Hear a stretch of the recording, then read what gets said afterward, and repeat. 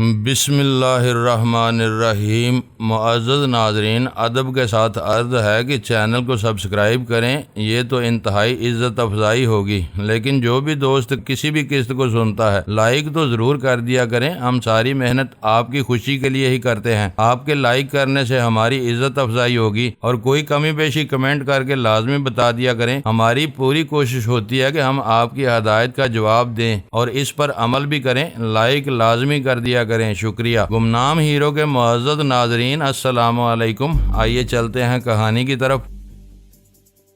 ظاہر ہے یہ ممکن نہیں تھا، اس لیے مجبوراً مجھے روم سروس سے رابطہ کرنا پڑا۔ کمبل پر راکیل کا کامل قبضہ تھا اور کمرے کا درجہ حرارت 0 ڈگری سینٹی گریڈ کے آس پاس ہی کہیں ٹہل رہا تھا۔ اس ٹمپریچر پر نیند آنا ممکن نظر نہیں آتا تھا۔ رابطہ ہونے پر میں نے اپنا مسئلہ بیان کیا۔ روم نمبر 303 کا ایئر کنڈیشنر کام نہیں کر رہا، پلیز اسے چیک کر لیں۔ ٹھیک ہے، میں دکھواتی ہوں۔ متعلقہ شعبے سے مجھے جواب موصول ہوا۔ میں ریسیور رکھ کر بیڈ کے کنارے پر ٹک گیا اور کسی ماہر مکینک کی آمد کا انتظار کرنے لگا۔ 5 منٹ بعد دروازے پر بڑی نستعلیق دستک ہوئی۔ میں نے اٹھ کر دروازہ کھول دیا۔ میں کسی میل مکینک کی توقع کر رہا تھا، لیکن اس وقت میری نگاہ کے سامنے ایک باوردی دلکش حسینہ کھڑی تھی۔ اس کے ایک ہاتھ میں ہینڈی کٹ تھی جس میں یقیناً مختلف نوعیت کے بجلی کے اوزار ہوں گے۔ مجھ سے نگاہ ملتے ہی وہ بڑی دل آویز انداز میں مسکرائی اور بولی، آپ کے ایئر کنڈیشنر میں کوئی پرابلم ہے؟ میں نے اس بات میں سر ہلایا اور اس کے دخول کے لیے راستہ چھوڑ دیا۔ وہ کمرے کے اندر پہنچی، ایک کھوجتی ہوئی نظر سوتی ہوئی راکیل پر ڈالی اور بڑے بڑبڑانے والے انداز میں یہ جملہ ادا کرتے ہوئے بڑی تیزی سے ایئر کنڈیشنر کی جانب بڑھ گئی۔ ایئر کنڈیشنر تو واقعی کام نہیں کر رہا۔ میں اس حسین مکینک کے پیچھے ایئر کنڈیشنر کے پاس پہنچ گیا۔ اس دوران میں وہ ایئر کنڈیشنر پر تھوڑی تباہ آزمائی کر چکی تھی۔ مجھ پر نگاہ پڑتے ہی اس نے ایک ناب کو گھمایا اور بڑے فخریہ لہجے میں بولی، لو یہ آن ہو گیا۔ واقعی اب ایئر کنڈیشنر کام کرنے لگا تھا۔ میں نے حیرت بھرے لہجے میں کہا، لگتا ہے تمہاری انگلیوں میں کوئی جادو ہے، تم نے چٹکی بجاتے ہی مسئلہ حل کر دیا۔ ایک لمحے کے توقف سے میں نے پوچھا، ویسے یہ اسے کیا ہو گیا تھا؟ وہ اپنی ٹول کٹ کو اٹھانے کے بعد بڑی کھوجتی ہوئی نظر سے مجھے دیکھنے لگی۔ اس کی نگاہ میں بڑا پر اسرار اور معنی خیز سوال تھا۔ میرے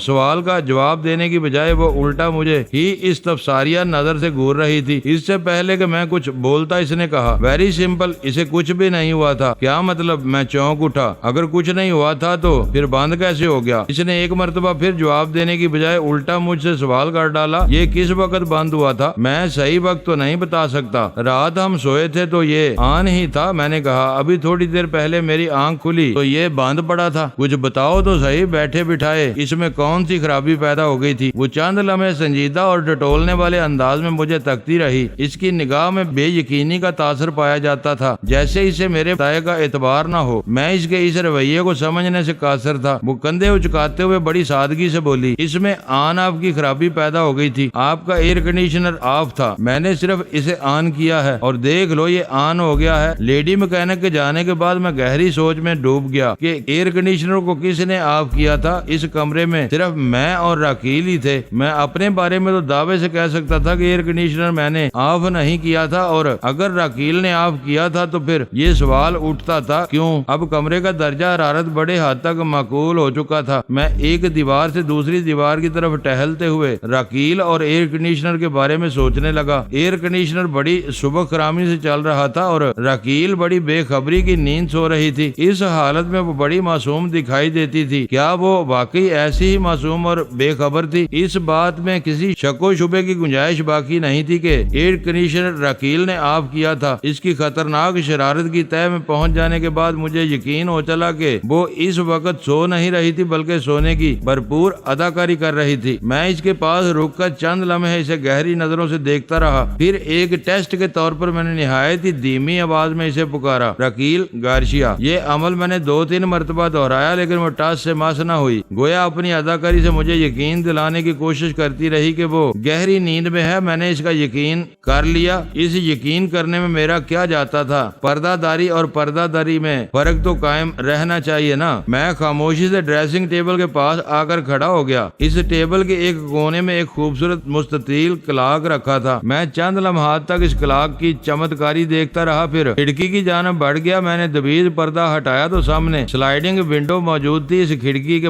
اس پار دریائے نینانا سویا ہوا تھا۔ -15 ڈگری سینٹی گریڈ کے آس پاس درجہ حرارت ہو تو کسی دریا کا بہنا سمجھ میں نہیں آتا، لہذا نینانا کا سویا ہونا ہی مناسب الفاظ ہیں۔ برف کی موٹی تہ کے نیچے اگر پانی کی کوئی لکیر رینگ رہی ہو تو یہ بات دوسری ہے۔ میں نے گرین لینڈ اور انٹارکٹیکا میں بنائے جانے والے دستاویزی فلموں میں ایسے مناظر دیکھے تھے جو پینگون اور برفانی ریچھ شکار کی تلاش میں برف کی دبیز تہ کو توڑ کر نیچے اتر جاتے ہیں۔ رزق کا حصول بڑا ہی نازک مسئلہ ہے اور ناممکن کو ممکن بنا کر رکھ دیتا ہے۔ میں کچھ دیر بعد اس سلائیڈنگ ونڈو سے ہٹا تو ذہن میں ایک چھوٹی سی کھڑکی کھل چکی تھی۔ یہ کھڑکی مجھے ساحل تک پہنچا سکتی تھی۔ مجھے حیرت اور افسوس ہوا کہ ابھی تک اس طرف میرا دھیان کیوں نہیں گیا تھا۔ ربی موش ایمن کی قید میں نے بڑے خشوع و خضوع سے ساحل کا تصور کیا تھا اور میرے خیال کی قوت نے چند سیکنڈ کے لیے مجھے ساحل تک پہنچا دیا تھا۔ یہ در حقیقت پینل گلینڈ کی کار فرمائی تھی جو انسانی کھوپڑی کے سامنے والے حصے میں پیشانی کے بالکل عقب میں واقع ہوتا ہے۔ بعض ماہر روحیات اسے تیسری آنکھ یا باطنی آنکھ بھی کہتے ہیں۔ اگر یہ گلینڈ انسان کی مرضی کے مطابق کام کرنے لگے تو پھر اس کی آنکھ سے کچھ بھی چھپا ہوا نہیں رہتا۔ یہ آپ کے خیالات، آپ کی سوچ اور آپ کی خواہش کو ایک جگہ سے دوسری جگہ پہنچا دیتا ہے۔ بس پینل گلینڈ کو بیدار کرنے کے بعد کام میں لانے کی بات ہے، جس کے لیے ارتکاز توجہ پر مبنی کڑی ریاضت کی ضرورت ہوتی ہے۔ میں ایک طویل عرصے سے یوگا اور چی کی ایڈوانس مشقیں کر رہا تھا۔ پتہ نہیں کس وقت میرا پینل گلینڈ متحرک ہو گیا تھا۔ اس کا پہلا تجربہ تو مجھے اسی سنگلاخ کوٹری میں ہوا اور اس نے یہ بھی ثابت کیا تھا کہ میرا یہ تجربہ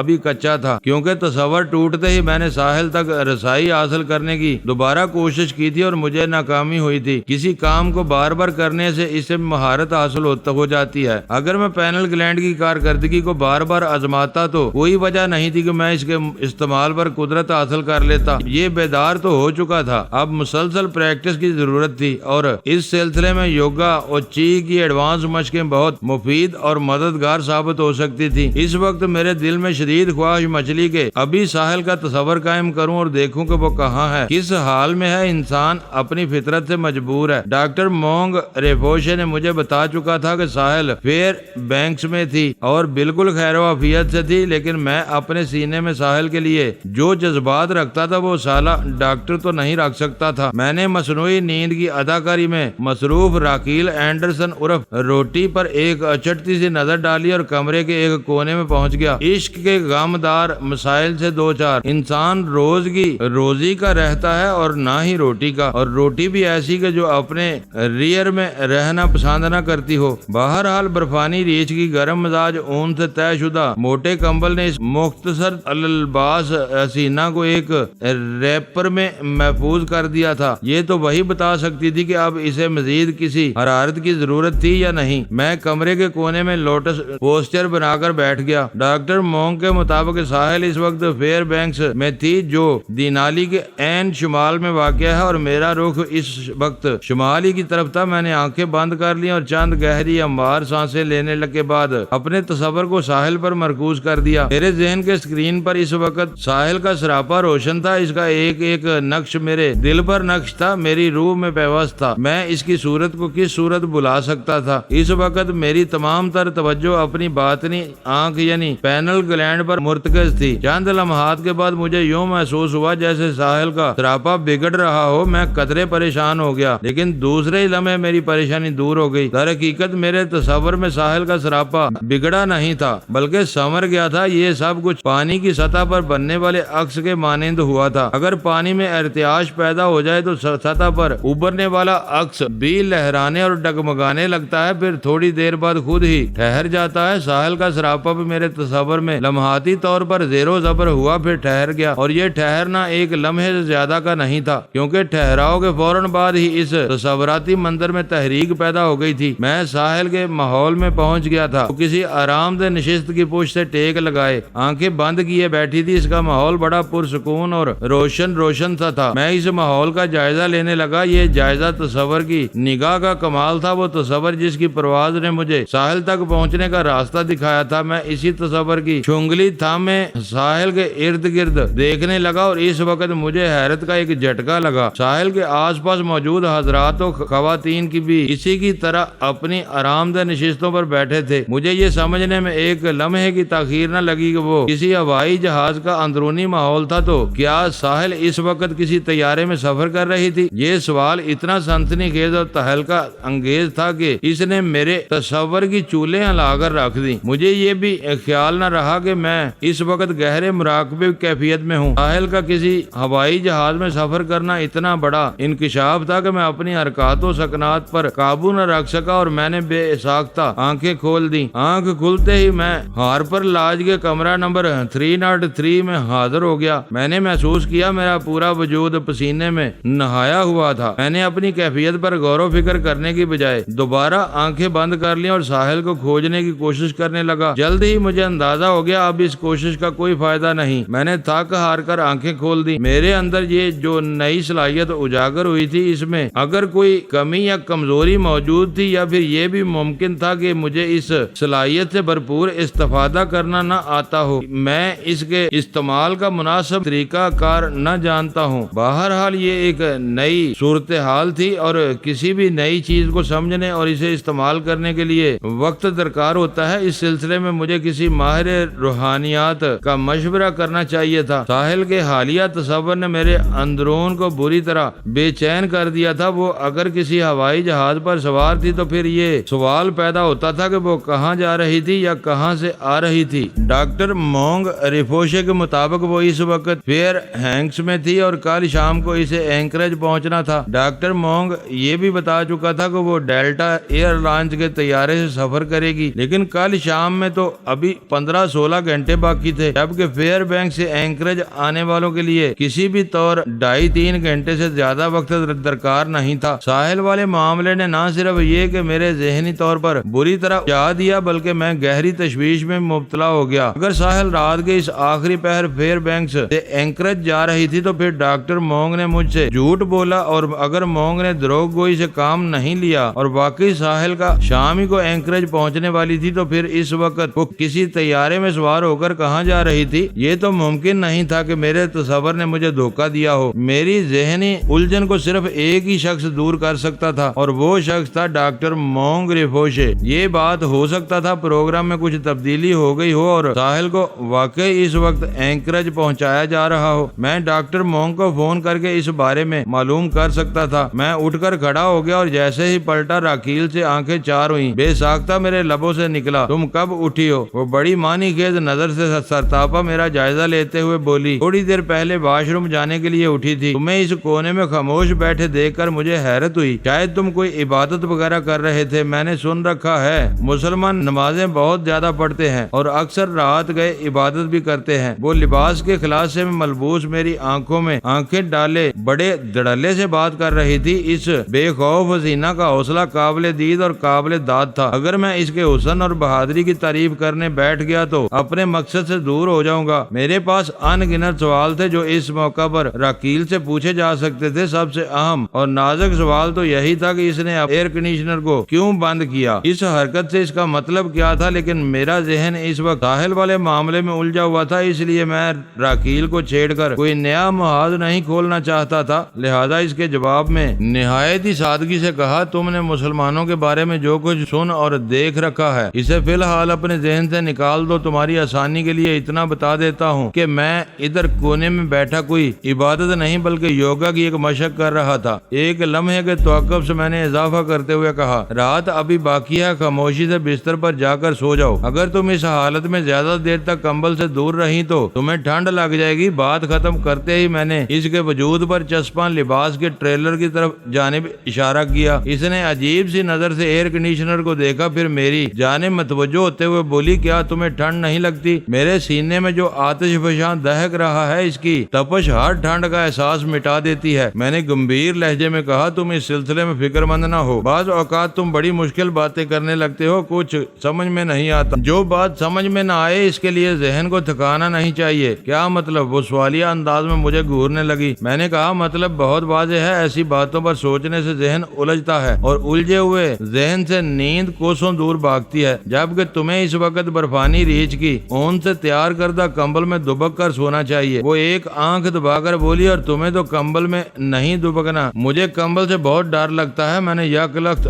سنجیدہ ہوتے ہوئے کہا۔ کمبل سے ڈر؟ وہ کیوں؟ کیا تم نے کمبل اور انسان کی کہانی نہیں سن رکھی؟ نہیں تو سناؤ، کیا کہانی ہے؟ وہ اچانک مچل گئی۔ میں نے نہایت ہی مختصر الفاظ میں اسے وہ کہانی سنا دی جس میں ایک انسان شدید سردی سے بچاؤ کی خاطر ایک سیاہ ریچھ کو کمبل سمجھ کر اوڑھنے کی کوشش کرتا ہے، اور پھر نتیجے کے طور پر نوبت یہاں پہنچ جاتی ہے کہ وہ تو کمبل کو چھوڑنا چاہتا ہے لیکن کمبل اسے چھوڑنے پر آمادہ نہیں ہوتا۔ یہ کہانی سن کر راکیل کی ہنسی نکل گئی۔ بڑے کھلے ڈلے انداز میں وہ بولی، میں نہیں جانتی کہانی والے سیاہ ریچھ کا تعلق دنیا کے کس خطے سے تھا، البتہ الاسکا کا برفانی سفید ریچھ ذرا مختلف مزاج کا واقعہ ہوا ہے۔ اگر کوئی اسے اوڑھنے کی کوشش کرے تو یہ بڑی شرافت کا مظاہرہ کرتا ہے اور تھوڑی دیر بعد خود ہی الگ ہو جاتا ہے بغیر کسی شکوہ شکایت کے۔ اس کے ایک ایک لفظ سے معنی آفرینی ٹپکتی تھی۔ ہاں، اس کا ایک ثبوت تو میری نظر سے بھی گزرا ہے۔ لگتا ہے تم ٹھیک ہی کہہ رہی ہو۔ کون سا ثبوت؟ وہ ٹٹولنے والی نظر سے مجھے دیکھتے ہوئے بولی۔ میں نے کہا، رات تم اس کمبل کو اچھی طرح اوڑھ کر سوئی تھی، تھوڑی دیر بعد یہ خود ہی تم سے الگ ہو گیا بغیر کسی شکوہ شکایت کے۔ میں ٹھیک کہہ رہا ہوں نا؟ وہ جزبز ہوتے ہوئے بولی۔ میں سفید ریچھ کی بات کر رہی تھی بھائی، یہ کمبل بھی تو اسی ریچھ کی اون سے بنا ہے نا؟ میں نے گہری سنجیدگی سے کہا، سفید برفانی ریچھ کے اچھے خاصے خصائل اس میں بھی آ گئے ہوں گے۔ کیا یہ کوئی سنجیدہ مذاق ہے؟ نہیں، تمہاری بیان کی ہوئی ایک حقیقت ہے۔ وہ سٹپٹائے ہوئے تیوروں سے مجھے دیکھنے لگی۔ یہ لاجوابی کے اثرات تھے۔ میں نے کہا،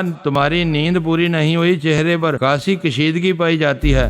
ایسے شادگی میں بدلنے کے لیے تمہیں بھرپور نیند کی ضرورت ہے۔ میرا مشورہ ہے تم کمبل اوڑھ کر، میرا مطلب ہے اسی شریف النفس برفانی سفید ریچھ کو اوڑھ کر اطمینان سے سو جاؤ۔ بات کے اختتام پر میں نے بیڈ پر پڑے مذکورہ کمبل کی جانب اشارہ بھی کر دیا۔ راکیل نے پوچھا، کیا تمہارے سونے کا کوئی ارادہ نہیں ہے؟ مجھے ایک ضروری فون کرنا ہے، میں نے کہا، اس کے بعد ہی سوؤں گا۔ فون اس وقت؟ اس نے دیوار گر کلاک پر نگاہ ڈالتے ہوئے کہا۔ 2:45 بج رہے ہیں، اتنی رات گئے تم کس سے بات کرو گے؟ میں اس وقت ہر صورت میں ڈاکٹر مونگ سے رابطہ کرنا چاہتا تھا اور راکیل کے علم میں لائے بغیر، لہٰذا میں نے اسے چھپانا مناسب نہ سمجھا اور کہا، میں ڈاکٹر مونگ کو فون کرنا چاہتا ہوں۔ وہ ہونکانہ نظر سے مجھے دیکھنے لگی۔ اس نظر میں حیرت کے ساتھ ساتھ بے یقینی بھی شامل تھی۔ وجدان، تم اس وقت ڈاکٹر مونگ کو جگاؤ گے؟ کیا کوئی بہت ہی ایمرجنسی میٹر ہے؟ ہاں، اسے ایمرجنسی ہی سمجھو، میں نے گول مول جواب دیا۔ کچھ مجھے بھی بتاؤ، وہ سرسراتی ہوئی آواز میں بولی۔ مجھے یقین ہو گیا وہ آسانی سے ٹلنے والی نہیں تھی۔ اسے بستر تک پہنچانے کے لیے خود بھی وہاں جانا ضروری تھا، ورنہ وہ رات کا باقی حصہ یوں ہی کھڑے کھڑے سوال و جواب میں گزار دیتی۔ میں نے گمبھیر لہجے میں کہا، ڈاکٹر مونگ سے جو بھی بات ہوگی تمہارے سامنے ہی ہوگی، لہذا اچھے بچوں کی طرح کمبل میں پہنچ جاؤ۔ میں ڈاکٹر مونگ کا نمبر ملوا رہا ہوں۔ بات ختم کرتے ہی میں نے بیٹھ کے اس کنارے کی جانب بڑھ گیا جدھر چھوٹی سی سائڈ ٹیبل اور ٹیلی فون سیٹ رکھا تھا۔ جب تک میں آپریٹر سے ڈاکٹر مونگ کو ملوانے کے لیے کہتا، راکیل بیٹھ کے دوسرے کنارے پر سوار ہو کر کمبل اوڑھ چکی تھی۔ مجھے امید تھی آپریٹر رات کے آخری پہر ڈاکٹر مونگ کو ڈسٹرب کرنے پر چیمب جبیں ہوگی، لیکن ایسا کچھ نہیں ہوا۔ ٹیلی فون آپریٹر کی جبیں تو دکھائی نہیں دے رہی تھی، تاہم الفاظ اور آواز میں بھی کہیں مجھے چیں یا چوں محسوس نہ ہوئی۔ ڈاکٹر مونگ آپریٹر کے لیے ایک باس کی طرح تھا۔ اس کا مطلب یہی تھا کہ ڈاکٹر مونگ نے ہمارے سلسلے میں جولی نامی اس ٹیلی فون آپریٹر کو خصوصی ہدایت دے رکھی تھی۔ کوئی سوال کیے بغیر آپریٹر نے فوراً ڈاکٹر کو ملوا دیا تھا۔ تھوڑی دیر بعد ایئر پیس میں مجھے ڈاکٹر رفوشے کی ہیلو سنائی دی۔ اس کی آواز سے لگتا تھا وہ گہری نیند سے بیدار ہوا تھا۔ ہیلو ڈاکٹر، میں نے کہا، میں ڈسلوا بول رہا ہوں۔ پہچانا مجھے؟ پہچان گیا، اس نے گمبھیر آواز میری سماعت سے ٹکرائی۔ خیریت تو ہے؟ اس وقت فون کرنے کی ضرورت کیوں پیش آ گئی؟ میں نے اس کے سوال کا جواب دینے کی بجائے پوچھا، ڈاکٹر تم نے بتایا تھا میری ساتھی اس وقت فیئر بینکس میں ہے، کیا وہ واقعی فیئر بینکس میں ہے؟ ہاں، مگر کیا تم نے یہی سوال کرنے کے لیے مجھے اس وقت فون کیا ہے؟ ڈاکٹر مونگ کی آواز سے الجھن جھلکتی تھی۔ میں نے ایک مرتبہ پھر اس کا جواب دیے بغیر سوال داغ دیا، اور اس پروگرام میں بھی کوئی تبدیلی نہیں آئی کہ میری ساتھی کل شام میں تمہارے پاس پہنچے گی؟ فی الحال تو کوئی تبدیلی نہیں آئی، ڈاکٹر مونگ نے نہایت ہی ٹھہرے ہوئے لہجے میں کہا، لیکن تمہاری آواز اور انداز سے لگتا ہے کہ کوئی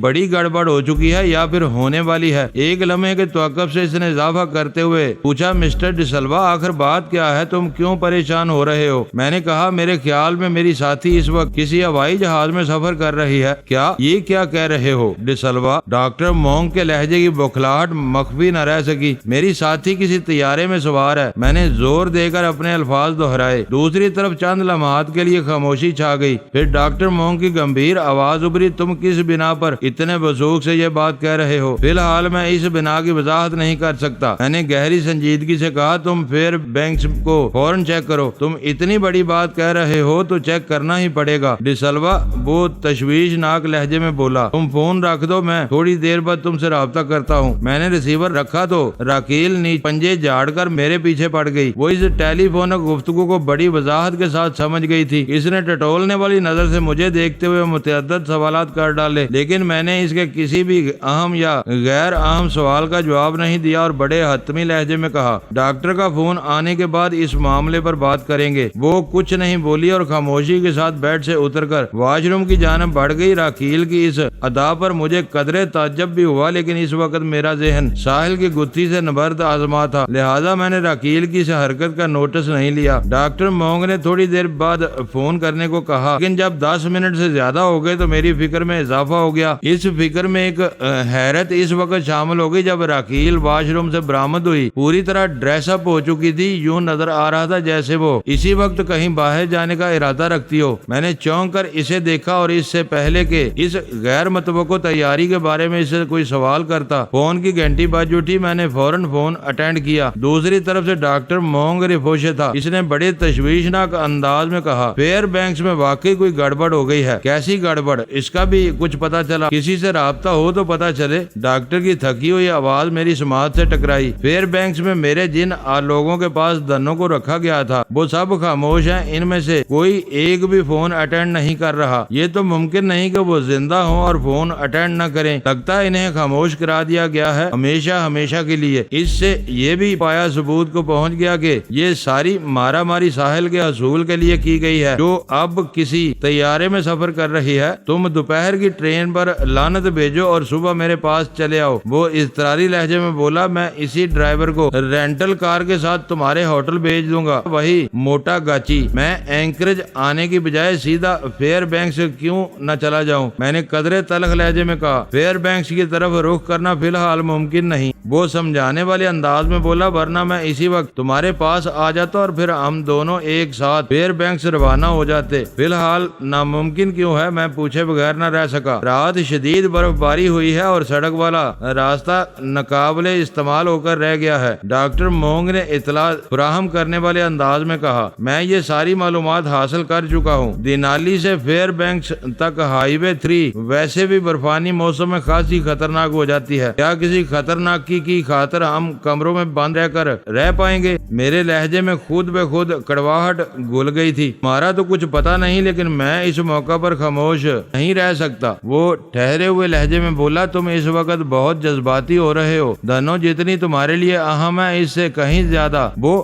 ہمارے لیے اہم ہے۔ میں ایک اور سبب بھی فیئر بینکس کا رخ کرنے سے منع کر رہا ہوں۔ اب ادھر جانے کا کوئی فائدہ نہیں۔ تم کہنا کیا چاہتے ہو؟ تھوڑی وضاحت کرو۔ وہ بولا، اگرچہ تم نے اپنے ذرائع سے پردہ نہیں اٹھایا، تاہم میں پھر بھی تمہاری بات کی روشنی میں کہوں گا کہ دنوں کے حصول کے لیے فیئر بینکس کی طرف جانا بے سود ہے۔ تمہارے دعوے کے مطابق تو وہ اس وقت کسی ہوائی جہاز میں سفر کر رہی ہے۔ میں ایک بوجھل اور گہری سانس لے کر رہ گیا۔ ڈاکٹر مونگ رفوشے خاصی معقولیت کی بات کر رہا تھا۔ میں نے ایک لمحے کے لیے غور کیا تو پتا چلا میں واقعی اس وقت جذباتی ہو رہا تھا۔ میں نے نہایت ہی ٹھہرے ہوئے لہجے میں اس سے کہا، ڈاکٹر مونگ ٹھیک ہے، میں کل صبح تمہاری طرف سے بھیجی گئی گاڑی کا انتظار کروں گا۔ دیٹس گڈ، وہ گہری سنجیدگی سے بولا۔ میں ریسیور رکھ کر راکیل کی طرف جانب مڑا۔ اس وقت وہ جوتے پہن رہی تھی۔ اس کی یہ حرکت میری سمجھ سے باہر تھی۔ رات کے 3:15 بجے وہ پتہ نہیں کہاں جانے کی ٹھانے بیٹھی تھی۔ مجھ سے نظر ملی تو میں نے پوچھ لیا، راکیل کہاں جانے کی تیاری ہے؟ اس نے ایک بھرپور نگاہ مجھ پر ڈالی اور بولی، نہیں جاؤں۔ یہ میرے سوال کا جواب تو نہیں۔ اچھا ٹھیک ہے، تم کہتے ہو تو نہیں جاتی ہوں۔ بات ختم کرتے ہی اس نے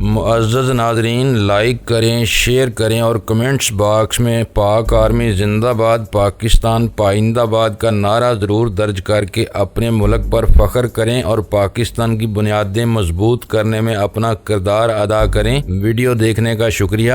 معزز ناظرین، اپنا خیال رکھیے گا اور ہمارے چینل کا بھی۔ ISI پاک آرمی زندہ باد، پاکستان پائندہ باد۔